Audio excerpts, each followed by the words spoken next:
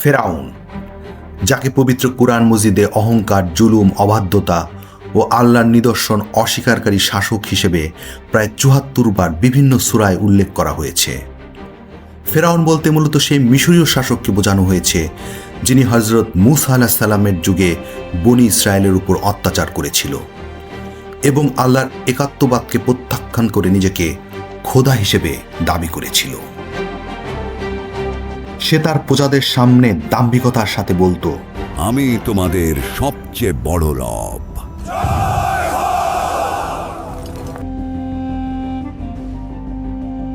পবিত্র কুরআনে বর্ণিত সেই ফেরাউন ছিল মিশরের নিউ কিংডমের ১৯তম রাজবংশের ফেরাউন, দ্বিতীয় রামেসিস। তিনি প্রায় ৯০ বছর পর্যন্ত বেঁচে ছিলেন এবং আনুমানিক খ্রিস্টপূর্ব ১২৭৯ থেকে ১২১৩ অব্দ পর্যন্ত প্রায় ৬৬ বছর মিশর শাসন করেছিলেন।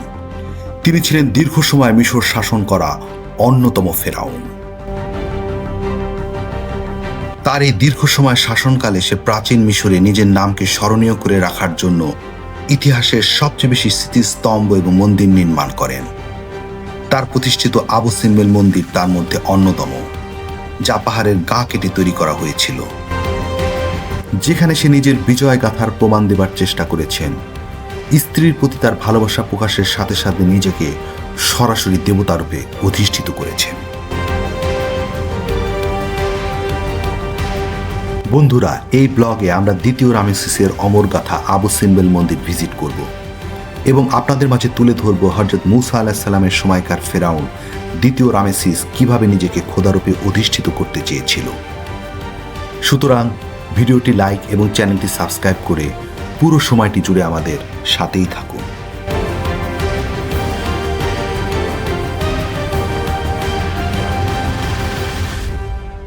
হোটেল থেকে রাত ৩:৩০টার সময় ট্যুরিস্ট এজেন্টের মাইক্রোবাস আমাকে পিক আপ করে নিল।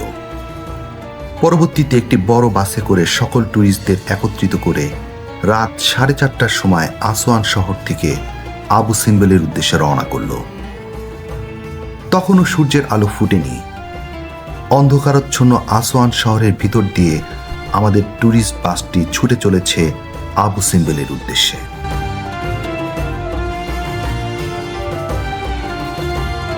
আসওয়ান শহর পার হয়ে যখন জনমানবহীন মরুভূমির প্রান্তরে প্রবেশ করলাম, তখন রাতের আধার পেরিয়ে গোধূলির আলোয় মরুভূমির প্রান্তর লালচে রূপ ধারণ করল। গোধূলির আলো মরুভূমির শুষ্ক বালুতে প্রতিফলিত হয়ে আকাশ নীল ও লাল রঙের সংমিশ্রণে এক অন্য রূপ ধারণ করল। এ এক অন্যরকম সৌন্দর্য।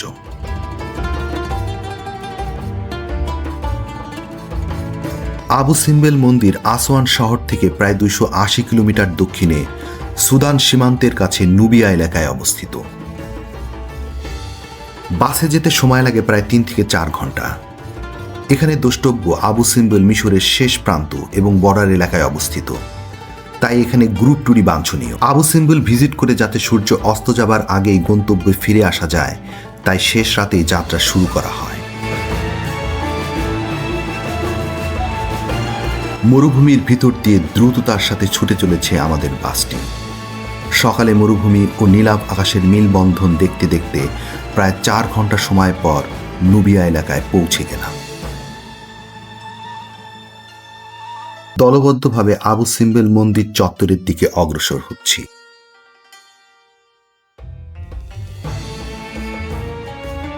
মন্দির চত্বরে প্রবেশের আগেই দৃষ্টিগোচর হল নাসের হ্রদ।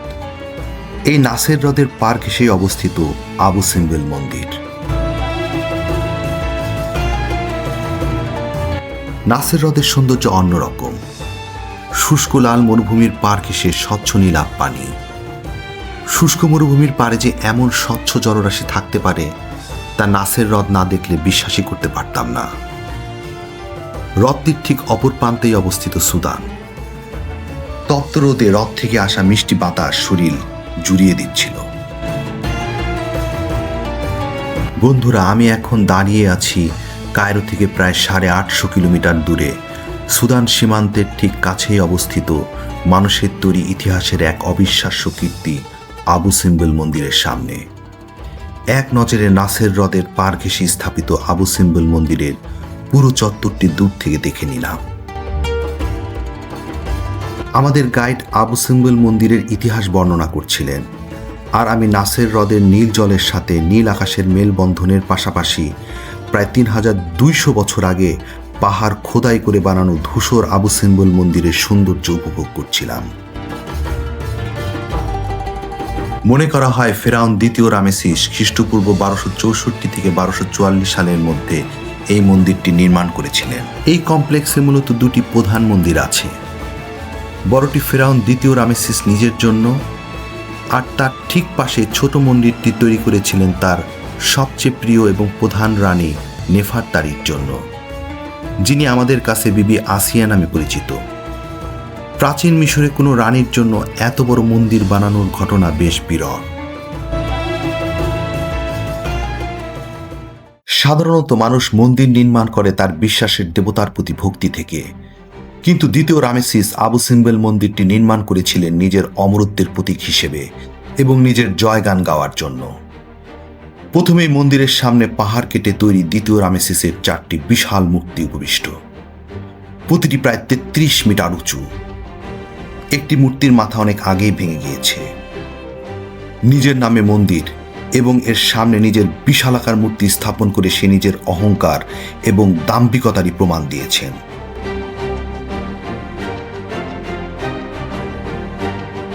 মন্দিরটির সামনে দাঁড়ালে আপনার মনে হবে ফেরাউন যেন এখনই মাথা নিচু করে আপনাকে দেখবে। এই মন্দিরটি নীলের পাথর খোদাই করে তৈরি করা হয়েছিল। মিশরে সাধারণত গুহা মন্দির অত্যন্ত বিরল। সেখানে মন্দিরগুলো সাধারণত পাথরের উপর পাথর গেঁথে তৈরি করা হতো। তবে নুবিয়ার এই বিশেষ অঞ্চলে গুহা মন্দিরের প্রচলন কিছুটা বেশি ছিল, তাই এখানে দ্বিতীয় রামেসিস এই অঞ্চলের ঐতিহ্যবাহী শৈলীকেই বেছে নিয়েছেন। অন্যদিকে এটি নির্মাণ করে নুবিয়া অঞ্চল এবং সুদানে নিজের বরত্ব প্রতিষ্ঠা করতে চেয়েছেন। এর প্রবেশদ্বার বা তোরণটি সরাসরি মূল পাহাড়ের খাড়া গিরিখাত খোদাই করে তৈরি করা হয়েছে, যা সত্যিই অবিশ্বাস্য। আপনি যখন আবু সিম্বলের এই প্রবেশদ্বারটি দেখবেন, তখন বুঝতে পারবেন যে কাদামাটির দেয়ালের ঐতিহ্যবাহী নকশাকে কিভাবে এখানে পাথরের বুকে ফুটিয়ে তোলা হয়েছে। মন্দিরের প্রবেশদ্বারটি এর ভেতরের হল রুমের দিকে নিয়ে যায়। এই হলের ছাদটি 8টি স্তম্ভের উপর দাঁড়িয়ে আছে, যেখানে প্রাচীন মিশরীয়দের পরকালের দেবতা ওসাইরিসের রূপে রামেসিসের 8টি মূর্তি তৈরি করা হয়েছে। এভাবেই দ্বিতীয় রামেসিস নিজেকে মিশরীয়দের দেবতার সাথে তুলনা করেছেন এবং নিজের দেবত্ব প্রতিষ্ঠা করতে চেয়েছেন। প্রবেশ হলের দেয়ালগুলোতে অত্যন্ত উজ্জ্বল রঙের ভাস্কর্য বিদ্যমান, যা রামেসিসের বিভিন্ন সামরিক অভিযান ও যুদ্ধক্ষেত্রের দৃশ্য ফুটিয়ে তোলে, বিশেষ করে বিখ্যাত কাদেসের যুদ্ধের দৃশ্য। এর মধ্যে সবচেয়ে বিখ্যাত ভাস্কর্যটিতে দেখা যায় রামেসিস স্বয়ং রথে চড়ে পলায়ন পর শত্রুদের দিকে তীর ছুটছেন এবং শত্রুপক্ষকে বধ করছেন। এভাবে রামেসিস নিজের বিজয় গাথার কথা মন্দিরে ফুটিয়ে তুলেছেন। মন্দিরের ভেতরে রয়েছে অসংখ্য স্তম্ভ। এছাড়াও দেয়াল জুড়ে যুদ্ধ জয়ের দৃশ্যের পাশাপাশি বিভিন্ন ধর্মীয় অনুষ্ঠান এবং রাজকীয় জীবনের চিত্র খোদাই করা রয়েছে।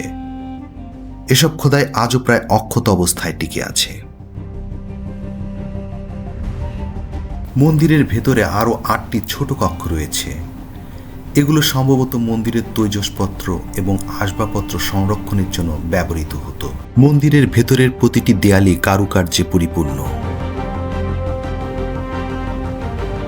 প্রবেশ হলের সাথে যুক্ত এবং এর পেছনের দিকে 4 স্তম্ভ বিশিষ্ট একটি ছোট হাইপোস্টাইল হল রয়েছে। হাইপোস্টাইল হল পার হয়ে আমরা এখন দ্বিতীয় রামেসিস মন্দিরের সবচাইতে আকর্ষণীয় অংশ মূল গর্ভগৃহ বা স্যাংচুয়ারিতে প্রবেশ করছি। সাধারণত স্যাংচুয়ারিতে মিশরীয়দের কোনো দেবতার মূর্তি রাখা থাকে, কিন্তু এখানে দেবতাদের মূর্তির মাঝখানে দ্বিতীয় রামেসিসের মূর্তিও বিদ্যমান। বন্ধুরা, ভালো করে খেয়াল করুন। গর্ভগৃহের সর্বডানে মিশরীয়দের সূর্য দেবতা রায়ের মূর্তি, এরপর দ্বিতীয়টি ফেরাউন দ্বিতীয় রামেসিসের মূর্তি, ডান দিক থেকে তৃতীয়টি মিশরীয়দের মূল দেবতা আমুনের মূর্তি এবং বামে মিশরীয়দের অন্ধকারের দেবতা পতাহের মূর্তি। গর্ভগৃহে রামেসিস নিজে অন্যান্য দেবতাদের মাঝে এমনভাবে উপবিষ্ট আছেন যে তিনিও একজন দেবতা। এভাবে দ্বিতীয় রামেসিস প্রজাদের মাঝে নিজেকে দেবতা হিসেবে সাব্যস্ত করত এবং নিজেকে আসল খোদা হিসাবে পরিচয় দিত। এমনই এক সময় আল্লাহ সুবহানাহু ওয়া তাআলা বনী ইসরায়েলদের জন্য হযরত মূসা আলাইহিস সালামকে রাসূল হিসেবে পাঠালেন এবং বললেন, ফেরাউনের কাছে যাও, নিশ্চয়ই সে সীমালঙ্ঘন করেছে। সূরা তহা আয়াত 24। মন্দিরটির সবচেয়ে বিস্ময়কর ব্যাপার হলো এটি এমনভাবে নির্মাণ করা হয়েছে যে প্রতি বছর 21শে অক্টোবর এবং 21শে ফেব্রুয়ারি সূর্যের আলো সরাসরি দ্বিতীয় রামেসিসের এই মন্দিরের একেবারে গভীরে প্রবেশ করে এবং আমন, রামেসিস ও রা এই তিনজনের মূর্তিতে সূর্যের আলো পড়ে। কেবল পোতাহের মূর্তিটি অন্ধকারে ঢাকা থাকে, কারণ তিনি হলেন অন্ধকারের দেবতা। এভাবেই ফেরাউন রামেসিস প্রমাণ করতে চেয়েছেন যে সূর্যের আলো দেবতাদের মতো তার প্রতিকৃতিতেও পড়ে এবং দেবতাদের সাথে সূর্যের আলোয় সেও উদ্ভাসিত হয়। ফেরাউন দ্বিতীয় রামেসিসের দাম্ভিকতা ও খোদা হিসেবে নিজেকে দাবির জীবন্ত প্রমাণ দেখে বের হয়ে যাচ্ছি। এখন আমরা দেখব রামেসিসের ভালোবাসার নিদর্শন।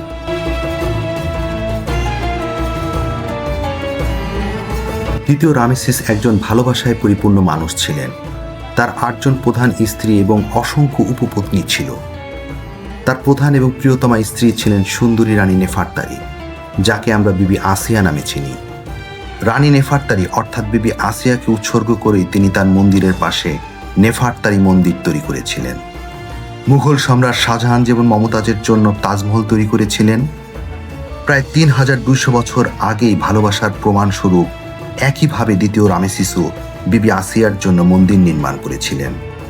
এ যেন সম্রাট শাহজাহানেরই এক প্রতিরূপ।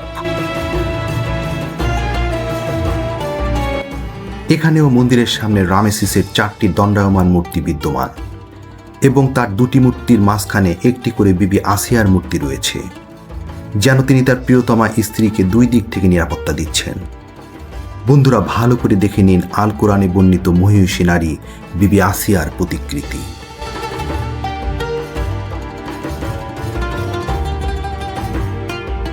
এখন আমরা নেফারতারির মন্দিরে প্রবেশ করতে যাচ্ছি। এই মন্দিরের ভেতরের নকশাটি রামেসিসের মূল মন্দিরের মতোই, তবে আকারে ছোট হলেও এর কক্ষগুলোর বিন্যাস প্রায় একই রকম। এখানে স্তম্ভ বিশিষ্ট একটি হাইপোস্টাইল হল রয়েছে, তবে এবার স্তম্ভগুলোতে ফুটিয়ে তোলা হয়েছে মিশরীয় দেবী হাতরকে, যাকে মনে করা হয় নারীত্ব ও মাতৃত্বের দেবী। মন্দিরের স্তম্ভের উপরের অংশে তাকে একটি নারী রূপে দেখানো হয়েছে।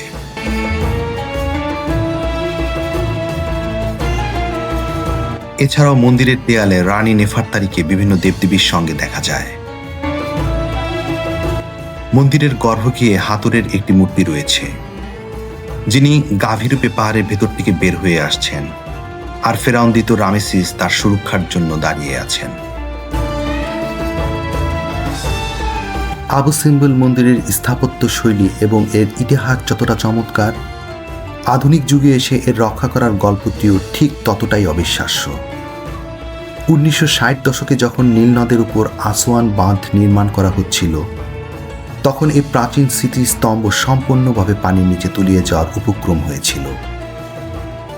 এই বিপর্যয় থেকে রক্ষা করতে ইউনেস্কো একটি আন্তর্জাতিক উদ্ধার অভিযান শুরু করে।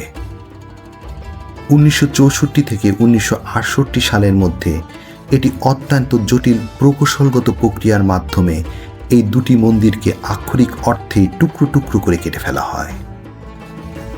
পাহাড়ের গা থেকে মন্দিরগুলোকে বড় বড় ব্লকে কেটে সাবধানে আলাদা করা হয় এবং মূল স্থান থেকে প্রায় 64 মিটার উঁচুতে এবং 200 মিটার পেছনের দিকে একটি কৃত্রিম পাহাড় তৈরি করে সেখানে অত্যন্ত নিখুঁতভাবে পুনরায় জোড়া দেওয়া হয়। এই অসাধারণ এবং দানবীয় প্রচেষ্টার কারণে আজ আমরা এই মন্দির দুটিকে অক্ষত অবস্থায় দেখতে পাচ্ছি।